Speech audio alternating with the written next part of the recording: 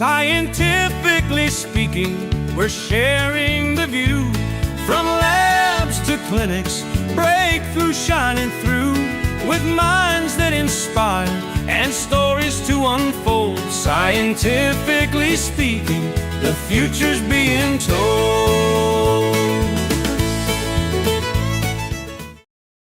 Welcome back to Scientifically Speaking on Oz Arab Media, the show where science meets real life. I'm your host, Christine, and today we're spicing things up with a very special guest, MasterChef Australia Top 8 finalist, World Food Championships winner, and the founder of SugarCube Foods, the amazing Sumeet Saigal. Sumeet, welcome to the show. Oh, thank you for having me, Christine. Of course, it is our pleasure. Sumeet, I would really like to know a little bit about your background before going into science and spices. Just tell us a little bit about yourself and what inspired you to launch the SugarCube Foods. Amazing. So a little bit about my background, essentially. So I am from Bangalore, a city in the south of India. Oh, nice. And grew up in a Punjabi home. So I'm Punjabi by background. Lovely. And so that was just a perfect melting pot of all different types of cuisine styles. So we had the North Indian food that we would eat at home.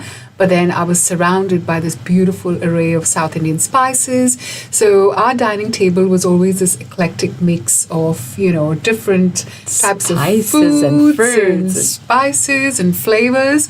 So at a very young age, I realized how food connects people because, and you would relate because in all of our multicultural communities, food is such a central part. That's what brings us together, right? Absolutely. All we do is eat. That's right. That's where families gather, conversations are had, people connect, of all age groups. You have children to grandparents to multi-generational families that connect. I agree. So I just thought that was such a powerful connector and that always resonated with me, and the joy people get out of beautiful food, right? So when you have a table full of beautiful flavors and people connect over it and the joy it gives to people, was something that really made me realize that, expressing love through food was one of my love languages or expressions. I love it.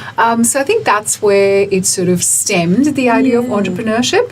But SugarCube Foods, food entrepreneurship was so much a part of my vision from a very young age. Wow. And I started making food business plans way before MasterChef even happened. Yeah. I've written I don't know how many. It's like a dream plans. to come true. Absolutely. Yeah. So it started there, but I think it sort of got its legs in life after MasterChef. Fair enough. Maybe opened a lot of doors then. And give me the guts to just plunge in, right? Sometimes that's what it takes, something like that to sort of get you out of your comfort zone and say, yeah, you know what? Go chase your passion. 100%. I agree. So you've had a fascinating journey from MasterChef Australia to World Food Championships and to an entrepreneur. Yeah. What has been that most surprising part of this evolution, if I can say? Oh, so many surprises along the way, so many of them. Yeah. And if I was to, and I get asked this question quite often about, how do you keep yourself motivated? How do you keep yourself, and it's so interesting. The most surprising thing to me has been the fact that when you're doing something you love, motivation becomes a non-issue. Because you just constantly, you love it, you don't feel like you've got to motivate yourself. It's not like a active thing that you need to strive for. It just comes naturally because you feel aligned to what you do and you enjoy it so much. So I think that's been the most surprising thing. And interestingly, it's not like I didn't enjoy my corporate life. I loved it. I loved the job I did. I enjoyed it. It gave me pleasure. It paid the bills. Gave me lots of progression. But stepping into doing what you love, the passion is the most surprising. Amazing. So when they see if you do something you love, you never work a day of your life, that's true. Wow, I love that. And I agree as well, because there's a lot of passionate things we do in life and we go like, yes, that's what I want to do. Yes. Amazing. Yeah. Spices are so rich with flavors and aromas, right? Yeah. What is the actual science behind them? What gives the spices their potency, if I can say? Yeah. To start from the world of food. Let's go. Yeah, absolutely. I mean, spices are so interesting. Every spice is so different. And I think the thing that is common between them all is the fact that they have compounds and oils, so volatile oils that bring their flavors to life, right? So, and they all react to heat and to oil and to grinding to a different level. So, imagine, when you crack open a cardamom pod. Yes. And it releases all these aromas into the air, and you smell it. So it hits your brain, it hits your, so that's, that's science of the It does hit some of the brain cells up there and go ding ding, Absolutely. Yeah, Through your palate, through your olfactory senses into your brain. So it definitely makes a difference. And then there's some spices, and you would know that from, our cultural cuisines. Yeah. It's like cumin. When you crackle it in oil. Yes. And it just brings up flavor. Yes. You roast it, it gives it a deeper, earthy flavor. 100%. So it's all the release of these oils and compounds. Amazing. And how do you think, Sumeet, they affect our health or our mood? Yeah. It does have an effect, doesn't it? Oh, it absolutely does. So, I mean, if you think of our grandmothers and, the generations before, their solutions were always home remedies. And their home remedies were spice combinations, right? So in India, we used to be given, turmeric in different forms. Yes. So mom would combine turmeric with honey and ginger and in a spoonful when we had coughs and colds. Sounds like my home too. Correct, isn't it?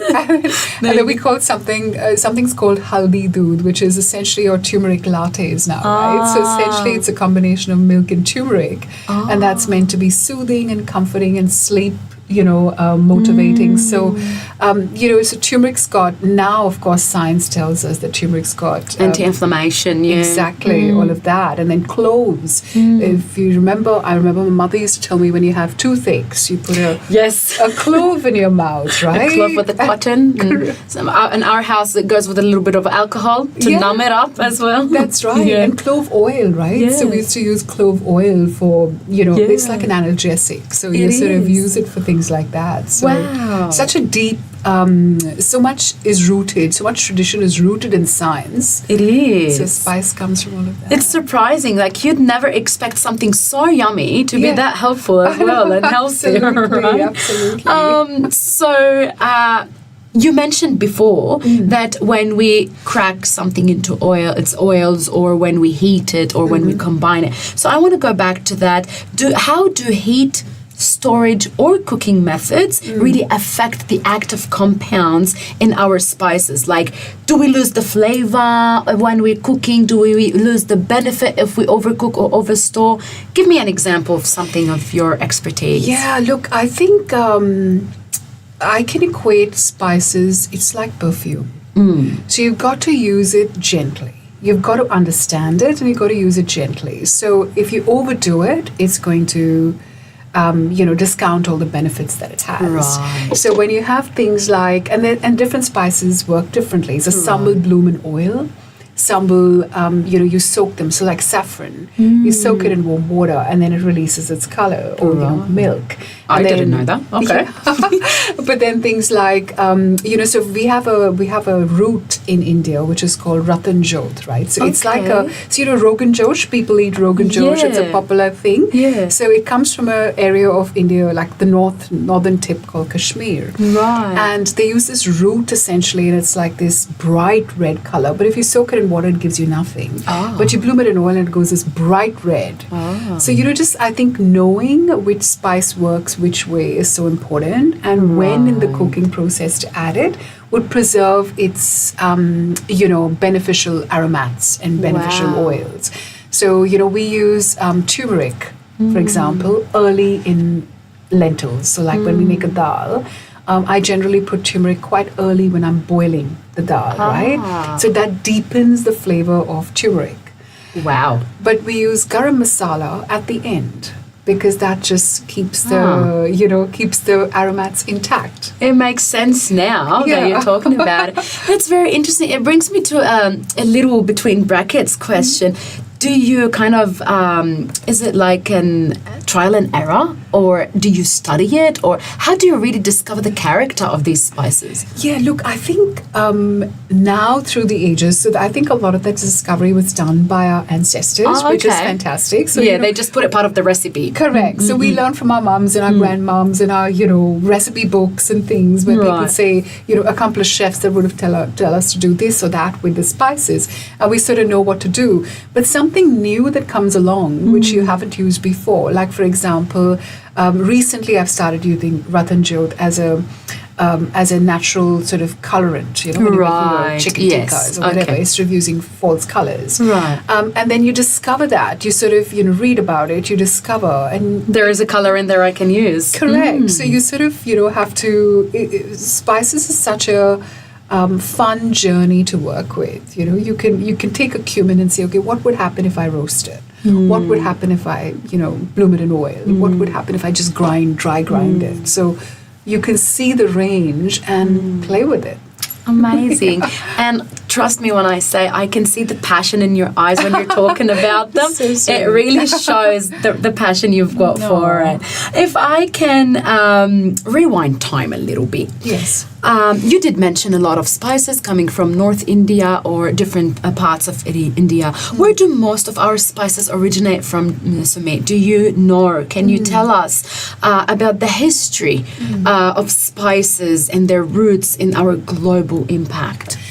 Absolutely. So I'm by no stretch of the imagination an historian by spices, so I have to put a caveat on it. Okay. But, however, it fascinates me to no degree, right? So essentially, spices come from, the subcontinent. So countries like India, Sri Lanka, China, spices came from, and then also the Indonesian, the Southeast Asian belt. Okay. And the spice route essentially took these spices. So people came from Europe and the Americas exchanging these spices, but they were pretty much their weight in gold. So nutmeg and peppercorns and, cloves. It's like the little lunchbox, wherever they go, they take them with them. Yeah, exactly right. Yeah. So they went all the way to Egypt and Arabia on ships, and then caravans would take them across the Middle East up to Europe. So that's why you see, the spice route is so fascinating about where you see spices appear in people's cuisines. Because if you think of, Middle Eastern food, cumin is such a big part of, the spices that we use. Yeah. And then when you go up to Scandinavia, they use cardamom in their desserts and their pastries. So that cardamom is not, natural to them. And finally, chili is what we use in Indian cuisine. And, people associate Indian food with the spicy chili. When it's chili, it's Indian. But it doesn't come from India. Oh. So it came from the Americas, Oh. And that's what's so fascinating about the spice route is because it was trade. So I believe in ancient Rome, people used to trade, peppercorns as currency. Oh. At one point. That's interesting. So it's so interesting how all of the spice route actually brought worlds and empires together, but also was the reason for power and war and everything. So you just hit spot on my next question. Like, how did it really influence trade? And you did mention it was a currency at a point, and colonization, which really brings people together. Amazing. Do you know my questions? And even wars, right? Yes. You said it can be a peacemaker or even a war maker. Absolutely. Oh, wow. Yeah, that's really absolutely. Like, I feel like that's what spices did. Because, there was, what else was, around? Like, people didn't have cars, so petroleum or, gasoline was not part of the trade, which it is now at some point. Natural minerals were not mined as much. So it was these spices that people grew. So, the Dutch came along looking for these spices. The Portuguese came to India looking for peppercorns, you know. So when you look at even the country of India, you've got Portuguese settlements, the French, the Dutch came, the Mughals came, so much was surrounded by, and then the British eventually, unfortunately for colonization. Yeah, So, shaped history, really. It did. That is fascinating. So not only yummy food in there and spices, and then bring it into science to see what's good and bad about them, and then into history. Like, wow. It's so interesting. It is and so even interesting. the way they use, oh my God, I can keep talking about Yeah, this. go You ahead. have to Don't worry actually about it. stop We've got me. the You'll whole actually time. have to say, Sumeet, now that's it. Let's go to the next question. No. I don't want you to stop. It is honestly very interesting. It's so interesting. Yeah. I think that's the most beautiful part about food, is to understand how flavors traveled and how they moved. And, the history about food just gives it that, flavor is what hits you first with the spices. And then as you go deeper, then you realize there's more to it. There's more to it. There's kingdoms behind this. There's, Wow. kings that traded it. There's peoples that, changed their flavor profiles when it came to that. Amazing. So it's so deep. It is. Speaking of migration, Yes. right? So do you see evidence of this spice migration in today's multicultural cuisine, especially in Australia, known to be multicultural? Oh, look, absolutely. Yeah. I mean, I moved to Australia, 27 years ago Wow, now, right? It's a nice. long time. And Just so, yesterday. still Just young. yesterday. Yes. 30. Yes. So, just walking down supermarket aisles, you Yeah. can see the difference between, 5, 10 years ago, 15 years ago to True. now, right? True. So there's such a process that, has happened since. And obviously that's a clear reflection of what the communities are like. We are a multicultural, country. We have people, we're so lucky, the foods you can get in this country are so wide, the whole breadth of flavor is so much. And then you see examples of it, like you go to a cafe and you're drinking chai lattes. Oh, and yes. I cinnamon love chai latte. buns, so you turmeric is making its way everywhere. Yes. I think the general, Australian average pantry now has some basic spices any which way. That's true. I agree. As a Middle Eastern, they've never tried Indian food. I can't pass the aisle without the tikka masala and butter chicken. No way. These are in my pantry every single week. See, there you go. See, that's amazing. I love it. If I want to focus a little bit on the business, which is SugarCube Foods, right? Yes. How do you balance your authentic tradition with modern taste preferences and convenience nowadays? Absolutely. I think that's one of those challenges that every family definitely is navigating, right? Sure. So, preserving ancient traditions is extremely important, but not so much doing it the way our ancestors did it, Yes. but actually to get the intent of what that was. So Yes. if they slow cooked something, why did they slow cook it? Right. What did it do differently from, I guess, pressure cooking it, Right. or fermenting it, or sun drying it, or whatever their process of technique, whatever their technique was in terms of preparation. So with SugarCube Foods, it's a very, very important part Right. of what we do. So, when I left MasterChef and decided this is what I wanted to do and I wanted to bring my sauces out, the one thing I was really clear about was that I wanted to keep it clean label. That's extremely important. I wanted it to be something that I would proudly serve on my family table. That would be available for every, Australian to be able to have access to something like that. Lovely. And when I walked through the aisles, and I've, like I said, been here 27 years, I've seen the aisles move, I've watched what's come on shelf and gone, and I've tried them all. And I always felt it. When you start producing for mass market, you can lose some of the essence of what brings it to the table. So so I was really keen to work with the right manufacturers who were able to translate my vision to something that was clean label. I don't want fillers in there. I don't want old spices, preservatives, artificial colors, artificial flavors, just for the point Convenience. So there's a very fine line between preserving tradition and making it available to the mass market for today. And I think that's what we've done. I'm really happy with what what we've done. Like, you know, I'm really pleased and genuinely, because I've been, believe me, I've spoken to that many manufacturers, and that much product testing. You go through a journey to get the right thing out, don't you? You do. And you have to, if you know, because it's easy to say, oh yeah, make me a butter chicken sauce, and somebody can produce it for you and, you know, add whatever to make it viable commercially.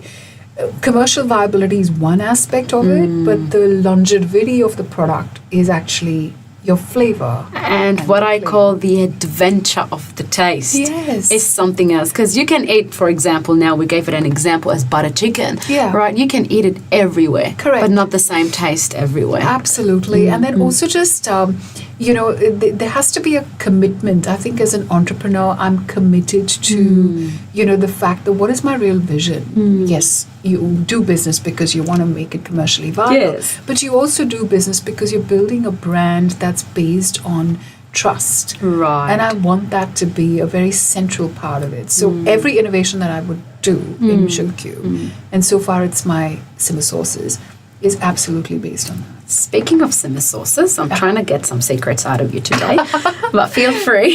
How do you preserve the nutritional and medicinal qualities of the spices while you turn them into the simmer sauces or the meal kits that you do? Absolutely. Very important part of it. So, you know, when you cook a recipe in a lab or in a, you know, in a production kitchen or in your home, you eat it fresh, and it's done. You probably keep it for a day or something, and then it's finished. Yes.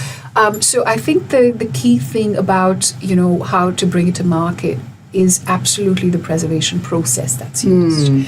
So that is very key. So that sort of locks in the nutritional values of the product, but also keeps the aromats and the compounds all together. So when you crack open a bottle of sauce, you should straight away get the whiff of all those aromats. I'm hungry now, Sumeet. I know, oh my God, me too. But that's a big part of it. So, you know, even when that was one of the things. So like with manufacturers, you're talking flavor, but you're also talking preservation process. Yes. So saying, all right, what are you doing to my sauce to preserve this flavor so that when someone opens it, I don't know, 6 months from when it's bottled, it still holds it. And that's how you decide or suggest or advise people how to store it and how to cook it, right?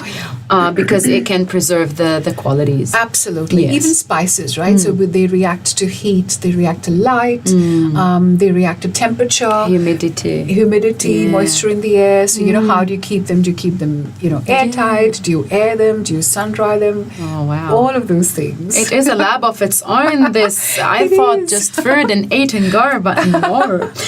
Can you share an example of a dish where understanding the science and the spice pairing of it has really changed the outcome dramatically?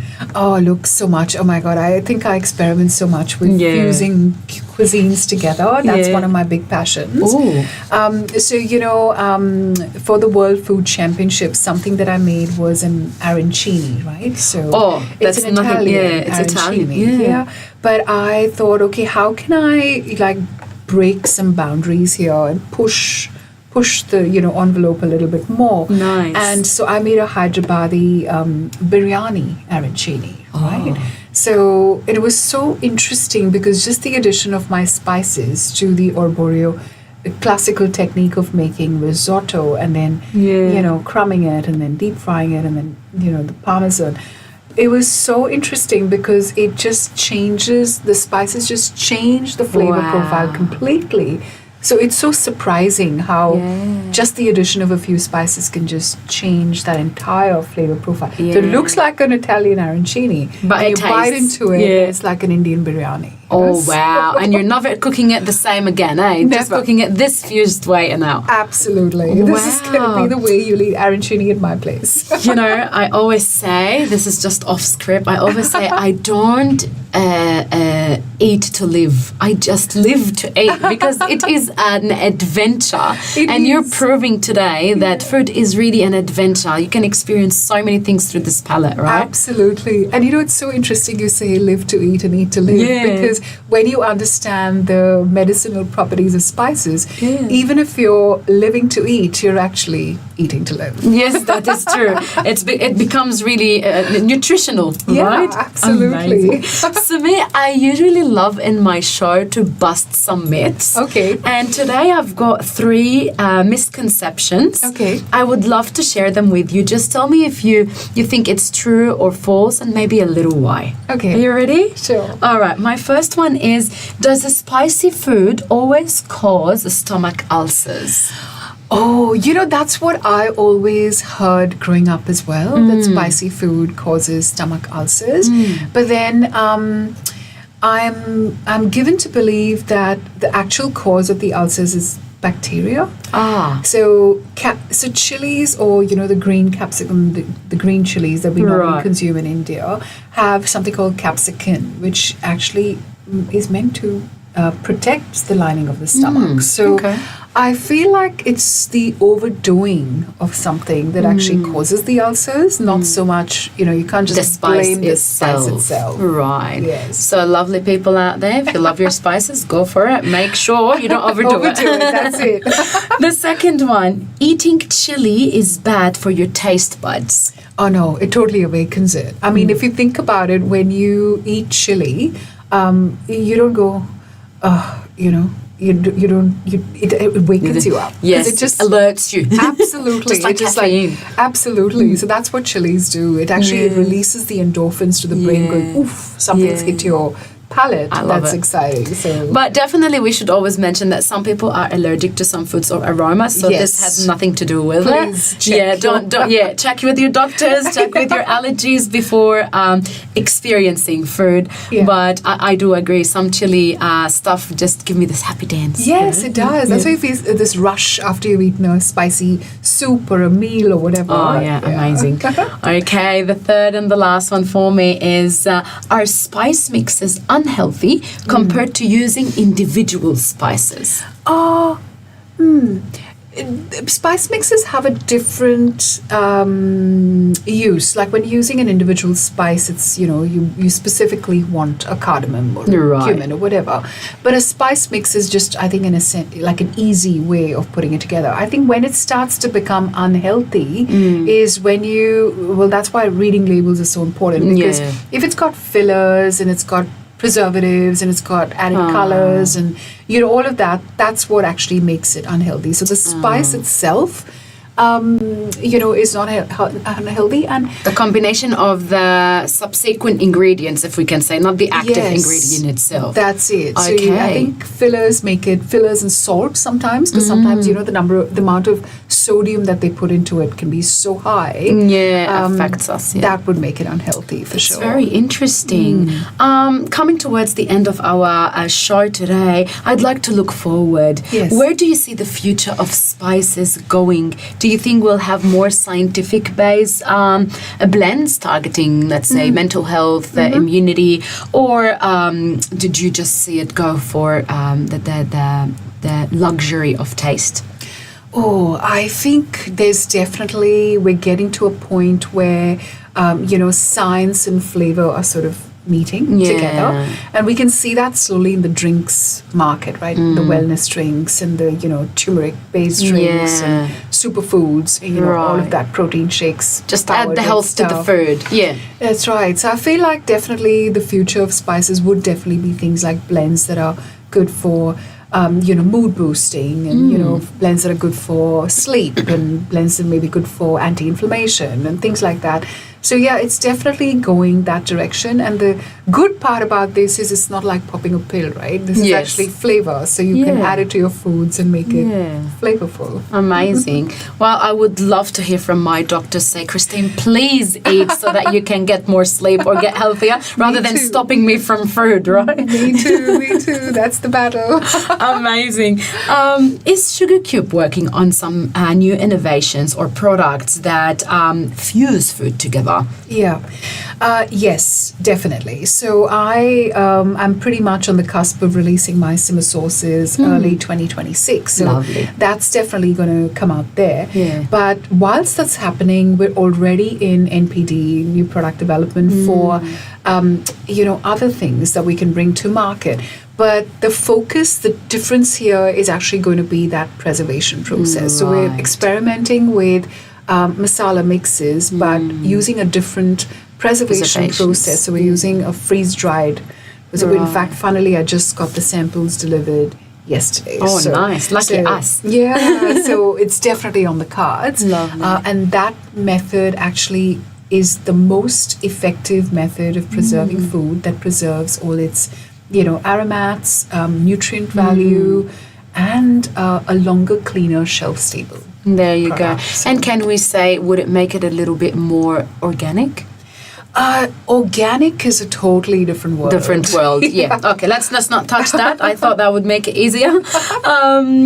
For homes Yes. who cook and want to explore spices but Yeah. are very overwhelmed, what's Yeah. your advice for them and where should they start? Start small.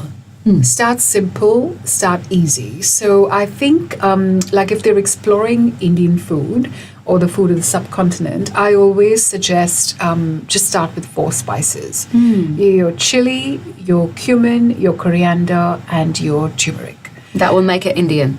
So those are the 4 Awesome. basic pillars of Indian cuisine. Lovely. So once you start with those 4 and sort of explore in what combination you like them, so some may like little less chili, more turmeric, you balance it out. It's almost like Yeah. music, right? So you Amazing, yeah. You tune it out the way you like it. And we're so lucky now. I mean, we've got so many resources available on our fingertips with our phones and internet.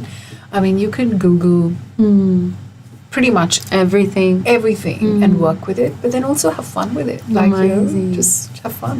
Do you suggest those ready-made sauces out on the shelves? Do you think it's maybe they don't know how to mix it or how to tune it together, just grab it as it is, would make it, or it's... Well, that was the philosophy behind my sauces, right? Yes. Because the reason why I brought those sauces out and was so keen to do it was because not everybody understands or not everybody has the time, Yeah, I to agree. actually, you don't want a pantry full of, Indian spices and herbs and Middle Eastern spices and yeah. herbs and then Spanish spices and herbs and you keep going. Yes, And that's you've got true. a pantry full of stuff which you probably Yes. use once or twice. Yeah. And then the sauce just makes it simple. I guess the key with the sauce is, look, whilst the market is always conscious about price, the cheaper you go, unfortunately, the only thing that makes it cheaper is fillers. And you don't want the fillers. don't want You that, want to go yeah. clean. So if you Yeah. are going to use a bottled sauce that's available in market, try and use the best that you can afford in the category so that at least you know what you're eating is, number one, full of flavor Yeah. and less of the fillers. Definitely, I agree. That's amazing. Lastly, coming to the very end, how can our viewers find your products or Yeah. connect with you online? Sure. So I'm on all my socials. So Facebook, Sumeet Saigal. I've got my Instagram, which is Sumeet Saigal. They will __ show definitely in this episode as well. Yeah.